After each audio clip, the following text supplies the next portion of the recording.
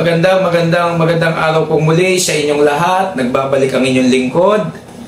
Tayo ay mag-devotion sa araw na ito, konting kaalaman at gabay sa ating pang-araw-araw na buhay.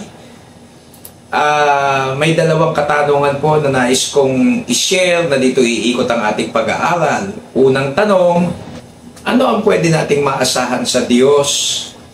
Ano ang pwede nating maasahan sa Diyos ngayon? At ano din naman ang inaasahan ng Diyos sa atin bilang mga mananampalataya?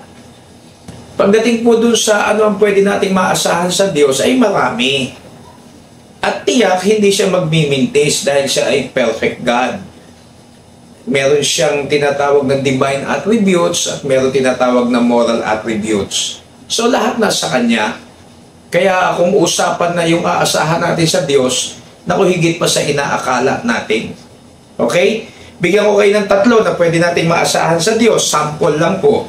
Una, yung tinatawag na unchanging love of God. Hindi nagbabago ang pag-ibig ng Diyos sa sangkatauhan mula noon hanggang ngayon. Pangalawa, yung unending presence of God.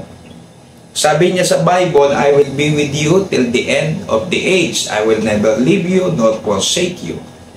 Pangatlo, maasahan natin sa Diyos yung tinatawag na unwavering faithfulness of God. Ang Diyos ay laging matapat kahit may pagkakataon na tayo hindi nagiging matapat. So basta yung aasahan natin sa Diyos, naku, sobra-sobra higit pa sa ating inaakala.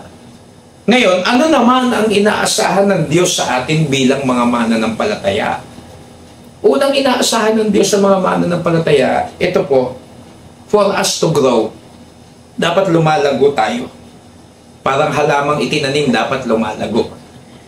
Malinaw po yung sinabi sa 1 Peter 2:2, nakalagay, 1 Peter 2:2, ganito, gaya ng mga sanggol na bagong panganak, ay nasain ninyo ang gatas na walang daya, na ukol sa Espiritu, upang sa pamamagitan nito'y magsilago kayo sa ikaliligtas.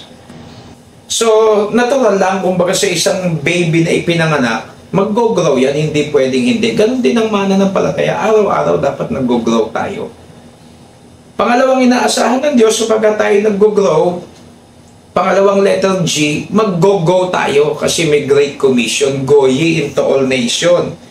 At malinaw din naman ang sinabi sa John 15:16, ako'y hindi ninyo hinirang, ngunit kayo'y hinirang ko at aking kayong inihalal upang kayo'y magsiyaon. Sabi nung talata, at magsipagbunga, at upang manatili ang inyong bunga, upang anumang inyong hingin sa Ama, sa aking pangalan ay maibigay niya sa inyo. So, inaasahan ng Diyos na tayo mag-grow, inaasahan ng Diyos na tayo ay mag-go, at dalhin natin ang kanyang ebanghelyo, may Great Commission, at pangatlo, inaasahan ng Diyos sa atin na tayo mag-glow. Ibig sabihin po ng glow ay God expects us to shine for Him. Yung kikinang ang iyong pananampalataya, makikita iba ka. Hindi ka na unbeliever, Kristiyano ka. Matutupad yung sinabing, let your light so shine before men. Matutupad yung tayo'y magiging asin ng sanlibutan. Makikita nila mula nung humawa ka ng Bible, nagpasa Diyos, nagsimba na, nakita yung pagbabago sa'yo. So, ina-expect ng Diyos sa atin yung tatlong G, grow, go, and glow. So sana po naintindihan natin at huwag yung basta narinig lang natin, lalabas sa kabilang tainga, magbulay-bulay po tayo. Gusto ko itong sinabi ni William Carey, closing, nakalagay, attempt great things for God.